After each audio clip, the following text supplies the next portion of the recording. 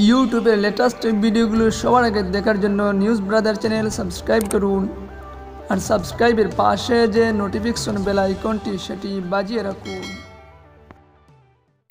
রাজধানী গুলশান 1 নম্বরের ডিএনসিসি মার্কেটের আগুন নিয়ন্ত্রণে এসেছে।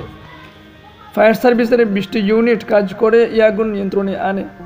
আগুন নেভানোর কাজে ফায়ার সার্ভিসের পাশাপাশি কাজ করেছে সেনাবাহিনী। তবে এখন পর্যন্ত কোনো হতাহতের খবর পাওয়া না গেলেও 291টি দোকান পুড়ে ছাই হয়েছে। শনিবার 30শে মার্চ সকাল 6টার দিকে এই মার্কেটের কাঁচাবাজার অংশে আগুন লাগে।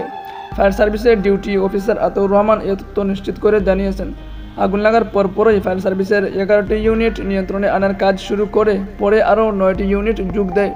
এরপর আগুন নেভানোর কাজে যোগ দেয় সেনাবাহিনী। এদিকে ইতিমধ্যে সেই খবর পৌঁছেছে বাংলাদেশ জাতীয় দলের ক্রিকেটার মুশফিকুর রহিমের কানে। তিনি সবাইকে ওই এলাকা এড়িয়ে চলার অনুরোধ করেছেন। ঘটনার পরপরই নিজের ভেরিফাইড ফেসবুক পেজে স্ট্যাটাস দিয়েছেন তিনি। মুশফিক লিখেছেন, গুলশান একে ডিসিসি মার্কেটে আগুন লেগেছে, ওই এলাকা এড়িয়ে চলুন যেন ফায়ার সার্ভিস ও অন্যান্য জরুরি যানবাহনের চলাচলে অসুবিধা না হয়। গত বছরের 2 জানুয়ারি রাত 2টার দিকে রাজধানীর গুলশান 1 নম্বরে ডিএনসিসি মার্কেটে আগুন লাগে। এর 15 মিনিটের মধ্যে কাঁচা মার্কেটটি ধ্বংস হয়ে পড়ে। 16 ঘন্টা পর নিয়ন্ত্রণে আসে আগুন। ভয়াবহ এই অগ্নিকাণ্ডে মার্কেটের প্রায় 600 দোকান ক্ষতিগ্রস্ত হয়। এই ঘটনায় ওই বছরের 3 জানুয়ারি গুলশান থানায় একটি সাধারণ ডায়েরি করা হয়।